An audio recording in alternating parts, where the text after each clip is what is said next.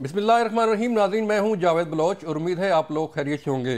तहरीक इंसाफ ने अदालतों से रजू किया है रिगार्डिंग स्पेशल सीट्स और बाकी उनके मामला जो हैं। सैफर साजिश केस जो है हाई कोर्ट में चैलेंज किया हुआ है, उसकी समाअत जारी है। और इसके साथ साथ जो सेनेट की इंतखाबात की नंबर गेम सामने आ रही है, उसमें तहरीक इंसाफ कहाँ खड़ी है, पीपल पार्टी कहाँ खड़ी है, नून लीग कहाँ खड़ी है, इस पर हम बात करने जा रहे हैं। और क्या मुस्तकबिल में तहरीक इंसाफ मुज़ामत की सियासत करेगी, मुफाहमत की सियासत करेगी, इसका भी जायज़ा लेंगे। क्योंकि जिन कैंडिडेट्स को तहरीक इंसाफ ने मैदान में उतारा है, उन सब का तल्लक जो है वो किसी न किसी तरीके से सानिया नौमे के साथ है और वो जेलों के अंदर अपने मुकदमात का भी सामना कर रहे हैं। इससे पहले इन कैंडिडेट्स को कौमी असम्बली में लाने की कोशिश की गई, सूबाई असम्बली में लाने की कोशिश की गई, लेकिन अब जो है इन्हें सेनेट ऑफ पाकिस्तान का टिकट दिया गया है ताकि वो सेनेट ऑफ पाकिस्तान में आके अपना रोल प्ले कर सकें। इस पर बात करने जा रहे हैं और फिर हम बात करेंगे मुल्क की माशी सूरत हाल की कि पीपल्स पार्टी क्यों कितना ज़रूरी है कि नून लीग के साथ आके बैठे कैबिनेट में और मुल्की मामलात को बेहतर तरीके से चलाने के लिए अपना रोल प्ले करे। और फिर IMF के साथ मुज़ाकरात तकरीबन जो है वो मुकम्मल हो चुके हैं और आज रात को किसी वक्त ये एग्रीमेंट का जो है वो एक ऐलान होना बाकी है कि जो पाकिस्तान को आखिरी किस्त मिल रही है स्टैंड बाई एग्रीमेंट की, वो भी आज उसका उनकी अनाउंसमेंट जो है वो हो जाएगी। इन तमाम सूरत पर बात करेंगे, लेकिन इसके साथ साथ हम बात करेंगे कि जो अफ़गानिस्तान की सरजमीन पाकिस्तान के खिलाफ इस्तेमाल हो रही है दहशतगर्दी के लिए, उस पर भी आपको आगाह करेंगे। तो बताएंगे कि अफ़गानिस्तान जो है वो किस तरह मुलव्वस है यहाँ पर दहशतगर्दी की वारदातों में, और किस तरह जो है अफ़गानिस्तान की सरजमीन जो है वो पाकिस्तान के खिलाफ इस्तेमाल की जा रही है। हमारा साथ देंगे इस प्रोग्राम में मैडम सहर कामरान साहबा का तल्लुक़ है पीपल पार्टी के साथ, और राना एहसान अफजल साहब ने हमें ज्वाइन किया मुस्लिम नून से। और फिर अजहर सदीक साहब से बात करेंगे, तहरीक इंसाफ के रहनुमा हैं, उनसे बात करेंगे। सबसे पहले मैं चलता हूँ मैम सहर कामरान के पास। मैम शुक्रिया हमें वक्त देने का। बताइएगा, जो पीपल पार्टी आप गवर्नमेंट का हिस्सा नहीं है लेकिन इत्तेहादी हैं हुकूमत का, तो कितना ज़रूरी है कि आप लोग बैठे कैबिनेट के अंदर, चूँकि माशी मामलात हैं, मुल्की हालात ऐसे हैं कि मिलजुल के काम करना है, जो है वो सारी सूरत हाल आपके सामने है, लेकिन पीपल पार्टी क्यों नहीं मौज उठा रही कि वो कैबिनेट का हिस्सा बन के अपना रोल प्ले करे? बहुत शुक्रिया। देखिए, पाकिस्तान पीपल्स पार्टी एक अपना बहुत ही मुस्बत और पॉजिटिव रोल जो है वो अदा कर रही है। हम जो है पाकिस्तान को जो चैलेंजेस दरपेश हैं उसी को मद्देनज़र रखते हुए हुकूमत के साथ बैठे हैं पार्लियामेंट के अंदर। हमारे पार्लियामेंट में मौजूदगी का मकसद ये है कि हम अपना शेयर ज़रूर डालें जहां पाकिस्तान को जो है ज़रूरत है चैलेंजेस से बाहर निकलने के लिए, जहां हमारी रहनुमाई की ज़रूरत है, जहां हमारी पार्टिसिपेशन की ज़रूरत है। लेकिन जो है काबीना का हिस्सा हम इसलिए नहीं बन रहे कि मैं समझती हूँ एक तो पाकिस्तान पे वैसे ही इतने माशी बोझ है कि मज़ीद काबीना की तौसीक़ की जाए और उस पर जो है, और दूसरा ये कि एक जमात अपने मैनिफेस्टो के साथ मैंडेट लेकर आई है तो पीपल्स पार्टी उसको सपोर्ट कर रही है।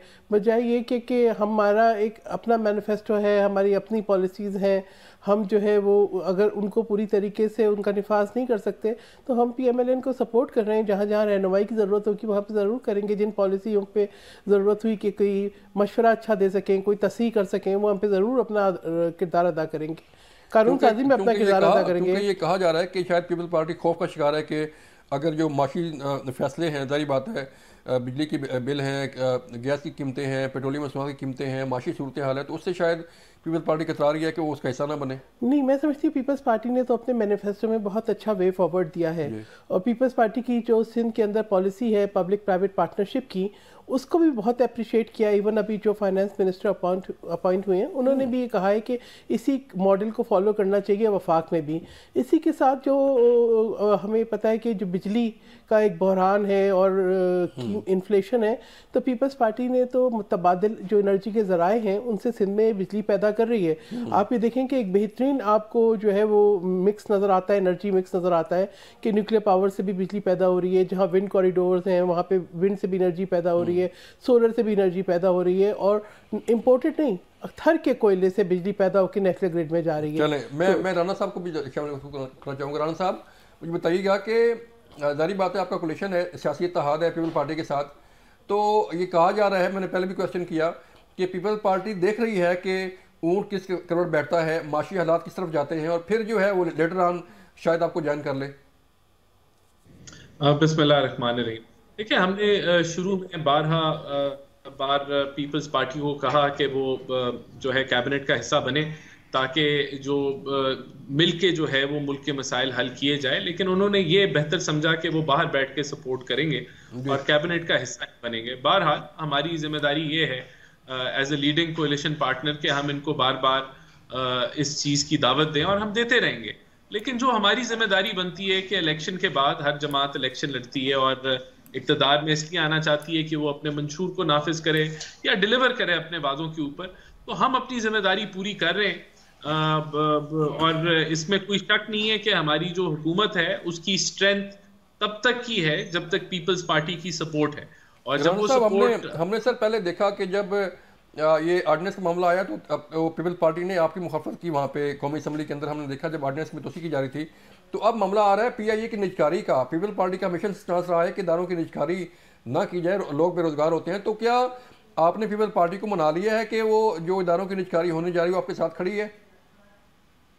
देखें, हमारा प्लान तो बिल्कुल निजकारी करने का है PIA की, लेकिन उसकी जो वजह है वो ये है कि 825 अरब का नुकसान PIA कर चुकी है और उसकी वजह से जो महंगाई होती है, जो खसारा में इजाफा होता है, वो 25 करोड़ आवाम जो है वो 2 साल की ठंडी।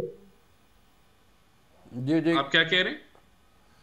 आप करें सर, कंटिन्यू करें।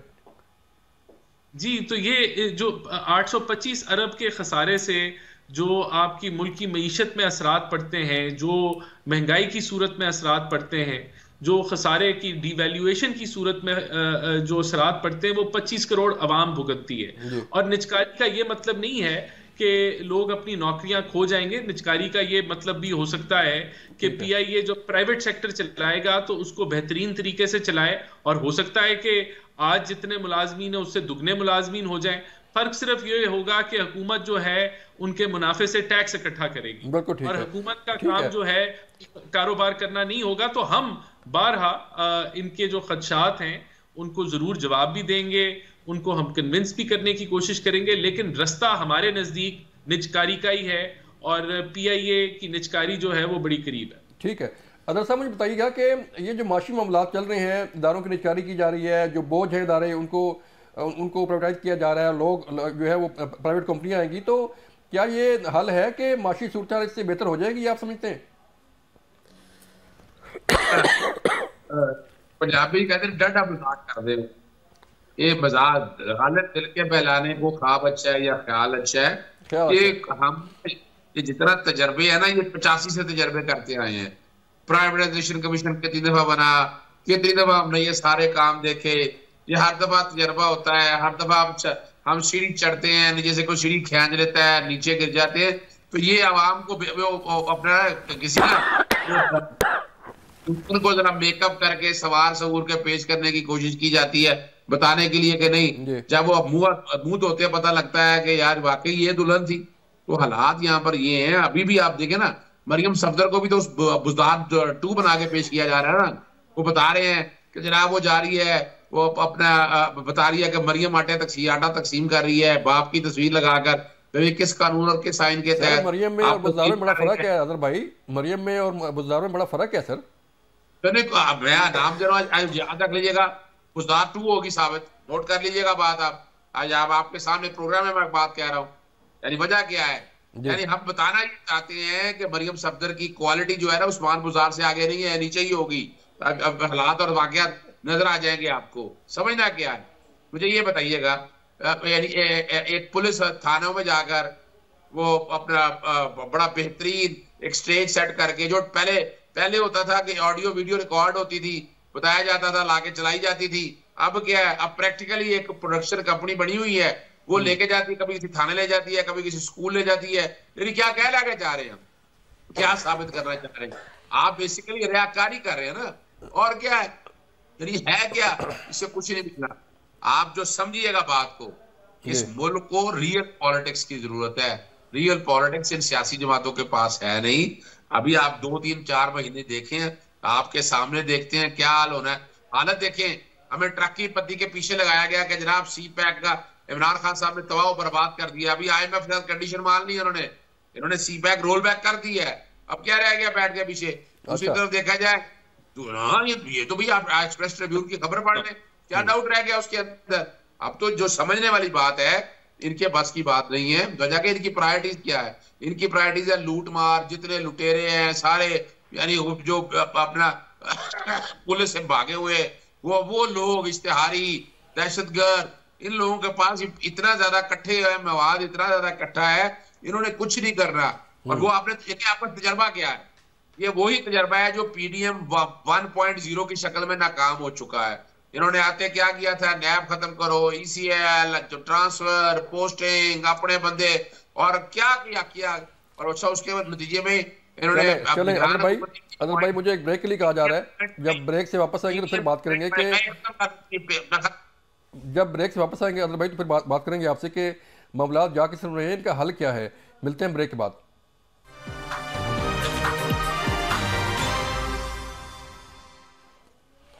Welcome back. नाज़रीन, हम बात कर रहे थे कि जो सियासत है वो किस तरफ जा रही है।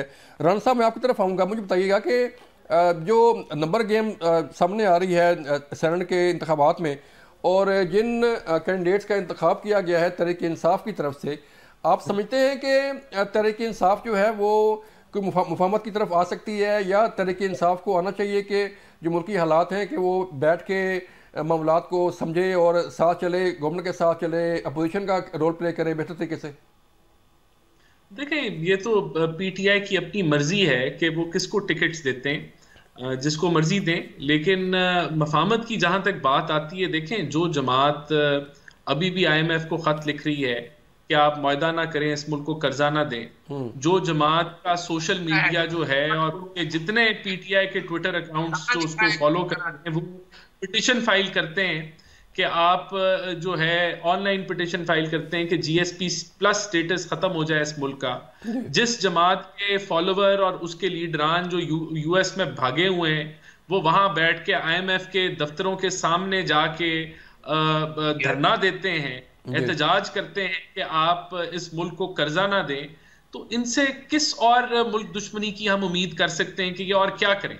इनको ये इनकी ख्वाहिश है कि मुल्क माशी तौर पे दिवालिया हो जाए, इनकी ख्वाहिश है कि सियासी तौर पे ये मुल्क जो है वो खड़ा ना। और इनको तकलीफ इस चीज की है कि मरियम नवाज जो है वो अवाम के साथ घुल मिल क्यों रही है। इनको तकलीफ ये है कि मरियम नवाज जो है, अगर जो लोग जेलों में सजाएं काट रहे हैं कि उनके हालात किस तरह के हैं वो देखने जाती हैं और उनके साथ दुख बांटने जाती हैं, या रोजा जो है इफ्तार करने जाती हैं, तो वो क्यों जाती हैं? वो थानों को बेहतर क्यों कर रही हैं? वो हेल्थ सिस्टम को क्यों बेहतर कर रही हैं? वो अस्पतालों में क्यों जा रही हैं? क्योंकि इन्होंने ये काम नहीं किया अपने 4 साल में।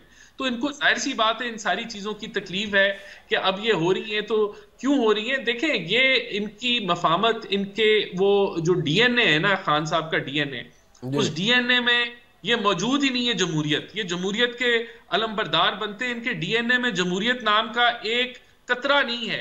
ये डिक्टेटर में बिलीव करते हैं। ये इनकी हुकूमत भी एक डिक्टेटर का एक अक्स था, डिक्टेटर हुकूमत का। ये predator of press freedom index का इनको लकब मिल चुका है। ये करप्शन परसेप्शन इंडेक्स के मुताबिक करप्ट तरीन हुकूमत रह चुकी है। तो इनसे मफाहमत तो इनके रवैये के अंदर हो तो हम करें, और हम तो समझते हैं कि होनी चाहिए, ऑपोजिशन हो, हुकूमत हो, रियासत हो। अजहर साहब, क्या मिला सर आपको आईएमएफ के जो है वो हेडक्वार्टर के सामने प्रोटेस्ट करके? क्या मिला आपको आईएमएफ के साथ लेटर लिख के, और जीएसपी प्लस की जो पिटीशन आपने दायर किया, क्या मिला सर? पाकिस्तान के खिलाफ ही सारी चीजें जा रही हैं। मैं बताऊं आपको बलोच साहब, समझना है असल प्रॉब्लम हमारे यहाँ, ये हमने वो टेप डाली हुई है, वही टेप चलती है, उसी तरह ही वो एक ही तरह के अल्फाज है, थोड़ा सा अल्फाज है। आईएमएफ का खत में किसी जगह भी लिखा दे, मैं वकालत छोड़ दूंगा, जहाँ लिखा हो कि जनाब आपने कर्जा नहीं देना। मैं हैरान को होता हूँ, क्या है वहां बात हो रही है गुड गवर्नेंस के हवाले से। गुड गवर्नेंस की ओहो, मैं जो बात कह रहा हूँ ना, वकालत छोड़ देंगे आप, या ये सियासत छोड़ दें कि जहाँ लिखा हो कि आपने कर्जा नहीं देना। लेकिन बड़ी सिंपल सी बात बताऊँ आपको, या मैं भी सियासत छोड़ दूंगा इस वाले से। इंडिया ने आईएमएफ से पता आपको क्या किया? उन्होंने लाइन लॉसेस कम किए। उन्होंने देखे लेवल फ्लिंग अपना जमीनों की जो है काम किए हैं। और जहां तक जीपीएस अपना जी प्लस की बात कर रहे हैं, उसमें भी बात को जरा समझिएगा, क्या यानी क्या किया, क्या कहा है। और क्या हमारे कहने से कोई ये काम करेगा? उसने तो देगा। अब तो हम तो आगाह कर रहे हैं। एक तरफ तो सर आप कहते हैं कि जो है वो बैरूनी मुदाखलत नहीं होनी चाहिए, फिर आप लेटर भी लिखते हैं, फिर कहते हैं कि मेरी बात सुने, कौन रह गया है? बैरूनी मुदाखलत तो ये खुद बैठे करते फिर रहे हैं। अमरीकी सफीर से क्यों मिले आकर? स्पीकर से क्यों मिल रहा है अमरीकी सफीर आकर? आप अंदाजा तो लगाए ना कि ये वो लोग हैं जो पहले दिन से बैठकर एक आईजी सबको क्या बात कर रहे हैं। यानी ये वो लोग हैं जो बैठ के वो एजेंडा लेकर चल रहे हैं, जो आईजी के दफ्तरों में, यानी इस हद तक ये हालत हो गया है कि आईजी पंजाब पुलिस वो लेकर ये चलाएंगे। राना साहब कह रहे हैं, अदर भाई जरा सुन लें कि राना साहब कह रहे हैं कि खान साहब के डीएनए में भी शामिल नहीं है कि वो मिल बैठ के बात करें या आगे चलें। देखिए जी, हम पीपल्स पार्टी आने वाले दौर में इंशाल्लाह गुफ्तगू शुरू करेंगे। नून लीग तो सवाल ही पैदा नहीं होता। इस मुल्क की तबाही की जो जिम्मेदार है नून लीग है, याद रखिएगा। हाँ, पीपल्स पार्टी से यकीनन बात होगी, आने वाले दिनों में बात होगी और टेबल में बात होगी इंशाल्लाह, आप देखिएगा। तो वही ना, ये तो फिर तजाद हुआ ना आपके अपने बयानात पे।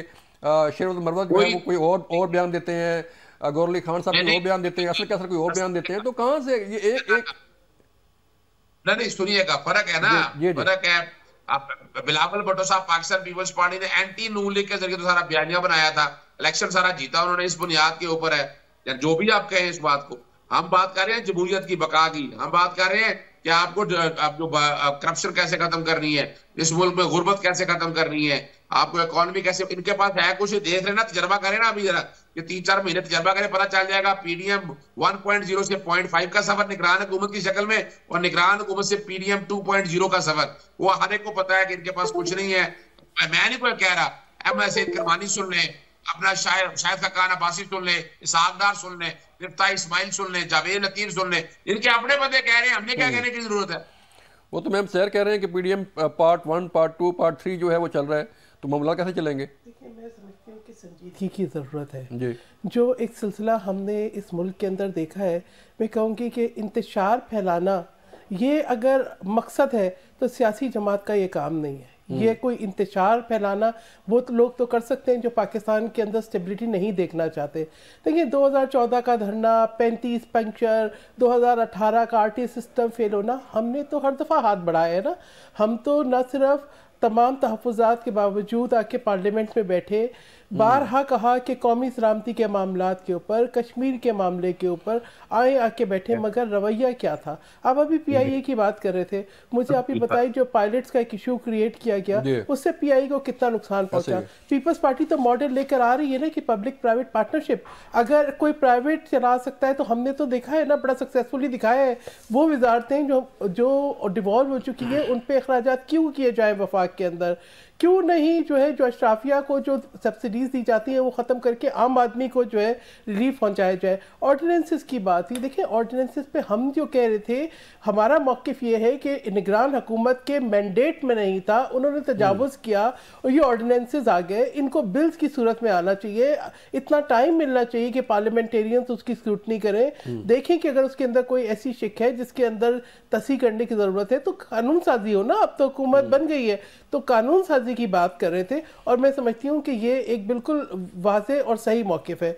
बाकी मैं ये समझती हूँ ये जो तरीका है ना कि मैं नहीं मानूंगा कि गज़ा के ऊपर करारदाद आए, फ़लस्तीन के अंदर जो है इसराइली जबर और जो है कत्ल गारत गरी चल रही हो, जेनोसाइड चल रहा हो, आप उसकी भी मुखालिफत करें। ख़वातीन के दिन पर मैंने करारदाद पेश की, वो UN की जो थीम है उसके मुताबिक शहीद मोहतरमा बेनज़ीर भुट्टो साहिबा को खराज तहसीन पेश करने के लिए, ख़वातीन को जो है बराबर के मौक़े देने के लिए उसकी भी मुखालिफत। तो बात यह है कि एक तय कर लेना कि मुखालिफत कहाँ होगी और बैठ के बात कहाँ पर होगी। ये जो माहौल है, इस बात को आप ये बोले जी हमने खत में ये नहीं लिखा, नहीं, आपने प्रोपेगेंडा के जरिए एक ऐसी फिजा बना दी जो टॉक्सिक है पाकिस्तान के लिए।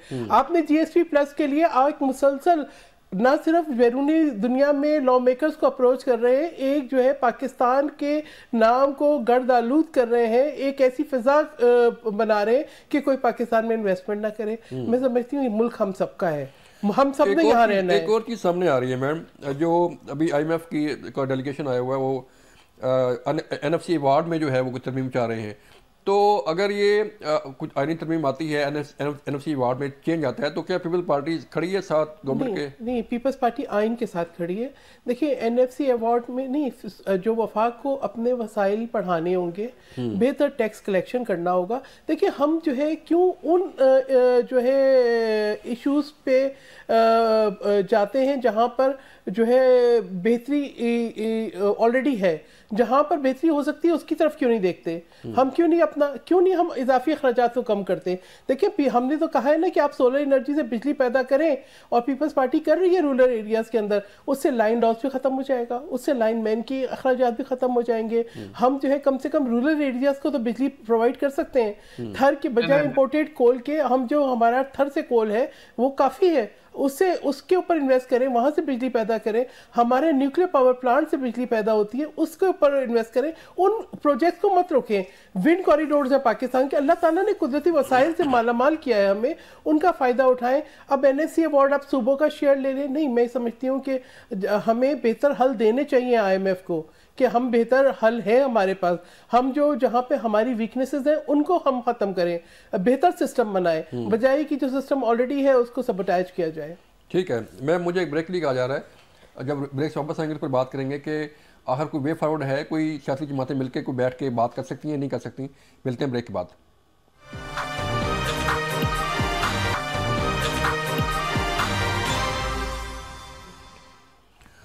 वेलकम बैक नाज़रीन। हम बात कर रहे थे कि कोई मुफाहमत जो है वो हो सकती है सियासी जमातों के दरमियान, के आखिर सियासत है, सियासी जमातों को मिल बैठ के ही मसाइल का हल करना होता है।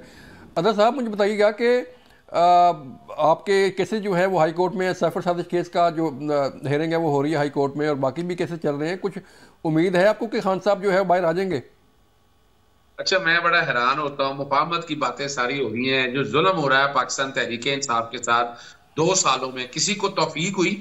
ये रब ये कुरान मजीद सामने रखे हैं, रब को हाज़र नाज़र जानकर बताएं कि जो जुल्म हुआ है पाकिस्तान तहरीक इंसाफ के साथ, इतना की यानी बातें बड़ी हो रही हैं। किस बात की मुफाहमत करनी है? अभी आप लोगों ने तो पाकिस्तानी अवाम का जो हाल किया है, जो पाकिस्तानी अवाम को आपने नाक को चने चबवा दिए हैं, जो जुल्म किया है। आज भी खवातीन के दिन का बड़ा ख्याल आ गया। वो खवातीन जेलों में सड़ रही हैं, मर रही हैं, किस बुनियाद के ऊपर? चाहे जाकर ट्रायल चलाएं, जब ट्रायल नहीं चलाते तो बेगुनाह है, उन्हें बाहर छोड़े। आप नहीं कर सके, उनसे डर और खौफ यह है कि पार्लियामेंट के इलेक्शन। एक और मैं बताता चलूं, सायर कामरान बहनों की तरह से है। मेरा जो कि सब्जेक्ट है, 650 मेगावाट बिजली जो है ना नेशनल ग्रिड से जाती है के इलेक्ट्रिक को। किसने कहा कि वो अपना सेल्फ सफिशिएंट है, और बास्केट प्राइस पे जाती है। अगर 14 रुपए की जाती है 14 रुपए, और के इलेक्ट्रिक इकट्ठा करता 70 रुपए यूनिट। इतना जुल्म और फ्रॉड हो रहा है वहां पर बैठकर। और ये कोयला वगैरह बिल्कुल अच्छा प्रोजेक्ट है इनका, वो बुरा नहीं है, लेकिन क्वेश्चन ये है कि पिछले 40-50 सालों में ये कुछ नहीं कर सके, अब क्या करके दिखाएंगे हमें? अब क्या कोई अनोखी चीज है? ये सारी बातें जो है ना कई चीज चल जा चुकी हैं। हाँ, आगे चलना है ना, आगे चलना है। इन्हें फौरी तौर पर ये सारा जो जुल्म और ज्यादती हुई है, आज एक कमीशन बना लें, चाहे 9 मई के थाने में भी कमीशन एक बना लें, बैठकर तय कर लें कि जिसने कमीशन पहले भी बने थे। आपको याद है सर, पहले भी कमीशन बने थे, उसका क्या हुआ? देखिए, मैं बताऊं आपको, सुप्रीम कोर्ट में बना था कमीशन। 2 बातें बड़ी वाज़ेह हैं। उसकी वजह क्या है? ये कमीशन बनना नहीं चाहिए। यानी आप साइफर पे बना लें, साइफर पे देख लें। आज साइफर के परकच्चे उठ गए हैं। आज साइफर के केस में इमरान खान साहब बरी हो रहे हैं, आने जा रहे हैं। बता दूं आपको, कुछ नहीं है उसके अंदर। जब वो कैसे सर? आज सवाल पूछे अदालत ने पूछा कि साइबर है क्या उसमें लिखा था, क्या मुल्क की साल में दायों पर लगी है। यानी सवाल तो ये है, यानी वो साइबर ये था कि इमरान खान की गवर्नमेंट को गिराना है वोट ऑफ नो कॉन्फिडेंस के जरिए। और हम कह रहे हैं जनाब इसे मुल्क की साल में दाव पे लगी है। कौन सी मुल्क की साल में दाव? हमें तो इतना भी ख्याल नहीं है कि यहाँ हमारी मुल्क की सालमियत के साथ क्या हाल हो रहा है। राना साहब, वो तो कह रहे हैं खान साहब बाहर आ रहे हैं। राना साहब, इंशाल्लाह जी बहुत जल्द बाहर आ रहे हैं। साइफर वाले केस में भी, तोशा खाना में भी कुछ नहीं है, और इद्दत वाले केस में भी कुछ नहीं है। नोटेड डाउन, मेरी बात याद रखिएगा। कितना रख सकते हैं? अभी पास नहीं, अपना हो गया है, बड़ा जुल्म हो गया है। ये बात कहनी चाहिए कि मेरिट पे बैठकर डिसाइड करें कि राना साहब जवाब दे रहे हैं। राना साहब जवाब दे रहे हैं आपको सर। देखिए, बात ये है कि ये इनकी जो भी ख्वाहिशात हैं और जो भी अदालत फैसला करेगी हमें कबूल है, लेकिन अभी इस वक्त तो ये बड़ी क्लैरिटी के साथ चीज़ें अवाम के सामने भी आ चुकी हैं। अदालतों ने सजाएं भी सुना चुकी हैं कि किस तरीके से इस मुल्क को गुमराह, नफरत के बीज बोए गए, मीर जाफर, मीर सादिक के नारे लगाए गए। पूरी कौम के आगे जब अरेस्ट वारंट भेजे जाते थे तो उसकी जगह पथराव होता था, पेट्रोल बम मारे जाते थे, रियासती अहकामात को रद्द कर दिया जाता था, अवाम को कहा कि रेड लाइन खान साहब है, और फिर 9 मई का वाकया हुआ। बिल्कुल हमें भी एतराज है कि भाई इतना अरसा गुजर गया है, अब तक सजाएं हो जानी चाहिए थी, और मेरे ख्याल से होनी चाहिए है सजाएं, ताकि ये सियासत जो 9 मई के ऊपर पीटीआई करती है कि कभी कहती है जी हमने तो कंडेम कर दिया, फिर कहती है ये तो पीएमएलएन का प्लान था, तो आज भी इसके ऊपर झूठ बोल रही है। तो हमारा खुद अपना मुतालबा है कि 9 मई के वाकयात जो हैं उनके ऊपर अब सजाएं हों, ताकि अवाम के सामने चीजें क्लियर हों। देखें, बाकी बात यह है कि इनके प्रोपोगेंडा का तो कोई ना शुरू है ना खत्म है। इन्होंने कहा कि ऐसी 14 रुपए की बिजली ले रही है तो 70 की बेच रही है। भाई आपके दौर में भी तो यही कुछ हो रहा था, तो आप गलत के ऊपर प्रोपोगेंडा कर रहे हैं, ऐसे नहीं है। वो मामलात और काफी कॉम्प्लिकेटेड हैं, तो उसको कहना कि वहां कोई फ्रॉड हो रहा है और या कोई जेबें भर रहा है तो वो गलत है। बाकी देखें, मैं ये लेटर का, इन्होंने कहा कि मैं सियासत छोड़ जाऊंगा, तो इस लेटर में यही लिखा है जो इन्होंने IMF को लिखा है कि ये एक ड्यूली इलेक्टेड हुकूमत नहीं है, ये मैंडेट चुरा के आई है। ये इनका मौकफ है ना, इसको साबित तो अदालत ने करना है। और फिर इन्होंने कहा है कि सुन ले जरा, सुन ले, we therefore call upon the IMF to give. वो लेटर पढ़ रहे हैं, लेटर पढ़ रहे हैं आदर साहब, आप पढ़ने दे। सुन ले, as well as conditionalities that must be satisfied before to the grant of the financial facility, that is to burden the people of Pakistan with further debt. An audit of at least 30% of national and provincial seats should be ensured, which can be accomplished in merely 2 weeks. तो इन्होंने पूरा यही लिखा है कि आप जो इनके मुताबिक ड्यूली इलेक्टेड नहीं है, जिसका फैसला इन्होंने उसको बेस बना के कह रहे हैं इस मुल्क को कर्जा ना दे जब तक फिट होता। तो अब इनको मेरे ख्याल से वकालत से भी रिजाइन कर देना चाहिए और इनको सियासत से भी रिजाइन कर देना चाहिए।